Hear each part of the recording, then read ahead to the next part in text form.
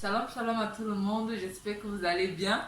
C'est encore un réel plaisir pour moi d'être avec vous aujourd'hui. Aujourd'hui, nous allons parler de l'intercession. C'est quoi l'intercession?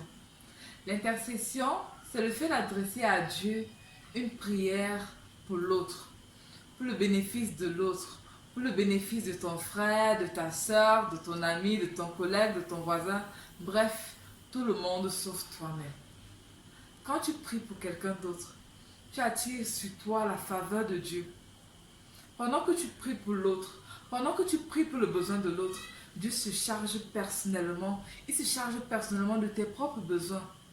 Ce qui fait en sorte que tu n'as pas de problème. Tu sais que celui qui gère tes affaires, celui qui gère tes projets est le Dieu vivant.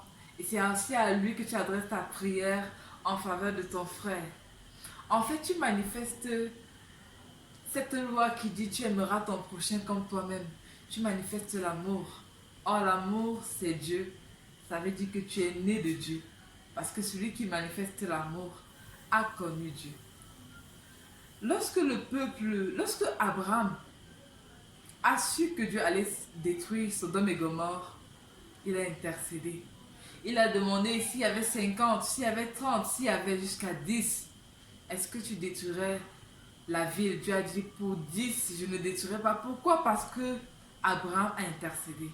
Malheureusement, quand Dieu est arrivé là-bas, il n'a trouvé qu'un seul juste. Et ce juste-là, il a sauvé. C'était le neveu d'Abraham. En intercédant pour les autres, Abraham a aussi intercédé pour l'autre. Le peuple d'Israël, lorsqu'il est sorti d'Égypte, à peine il est sorti d'Égypte, il a trahi Dieu en se fabriquant un veau d'or. Lorsque Moïse a fait 40 jours et 40 nuits au mont Sinaï, ils ont dit, voici le Dieu qui t'a fait sortir d'Égypte, un veau d'or.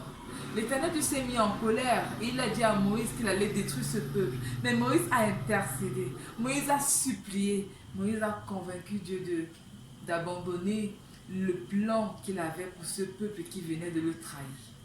Le prophète Samuel nous apprend que si l'on n'intercède pas pour l'autre, si on ne se soucie pas du besoin de l'autre en le portant jusqu'à Dieu dans nos prières, nous péchons contre Dieu. En fait, c'est un égoïsme spirituel.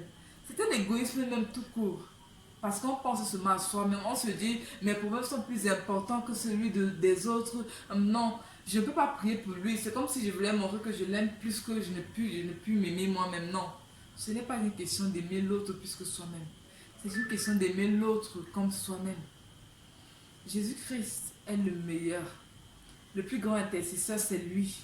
Il a manifesté cela et Dieu l'a récompensé. Quand il a intercédé pour les coupables, Dieu lui a donné la grande gloire. Il nous a montré l'exemple à suivre. Le Seigneur Jésus nous montre qu'il y a des voies que nous devons suivre et l'intercession est l'une des meilleures voies. C'est pourquoi il a prié pour nous, même étant encore sur la terre. Et Dieu s'est chargé de nous bénir parce que quoi? Le Christ a prié pour les coupables et aujourd'hui les coupables sont sauvés.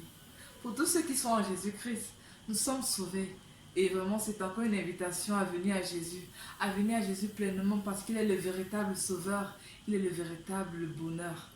Venons à Jésus-Christ, intercédons les uns pour les autres, c'est important, c'est capital. Il faut prier pour l'autre, se soucier du problème de l'autre comme tu te soucies de ton propre problème.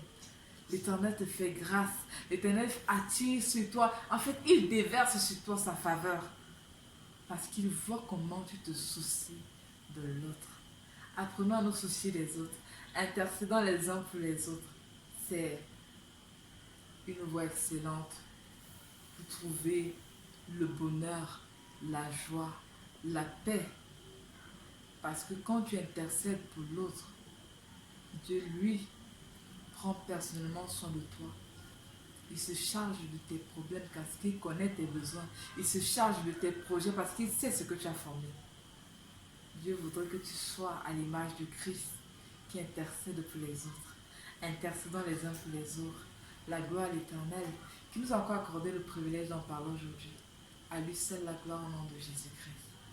Père éternel, nous te bénissons, nous te rendons grâce parce qu'aujourd'hui, Tu nous apprends qu'il faut intercéder les uns pour les autres. Nous devons intercéder même pour ceux-là qui ne nous aiment pas. Si nous voulons voir le cœur de quelqu'un changer, Seigneur, nous devons intercéder pour lui. Si nous voulons voir quelqu'un progresser, Seigneur Dieu, nous devons intercéder pour lui. Même si nous-mêmes, nous n'avons encore rien, nous devons intercéder pour les autres. Car nous ne devons pas attendre d'avoir tout eu avant de prier pour les autres. Tu nous apprends dans ta parole, Père éternel, dans le livre de Samuel, que celui qui n'intercède pas pour l'autre pêche contre toi.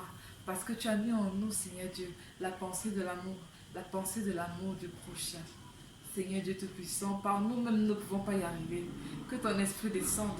Seigneur, que toi, le Dieu de paix, tu nous sanctifies toi-même tout entier. Oui, tu es le Dieu fidèle et tu le feras, Père, parce que tu as promis et tu accompliras ta parole. À toi seul la louange et la gloire, qui nous est aussi au-delà de nos pensées, de notre imagination. À toi seul louange et gloire, maintenant et à jamais.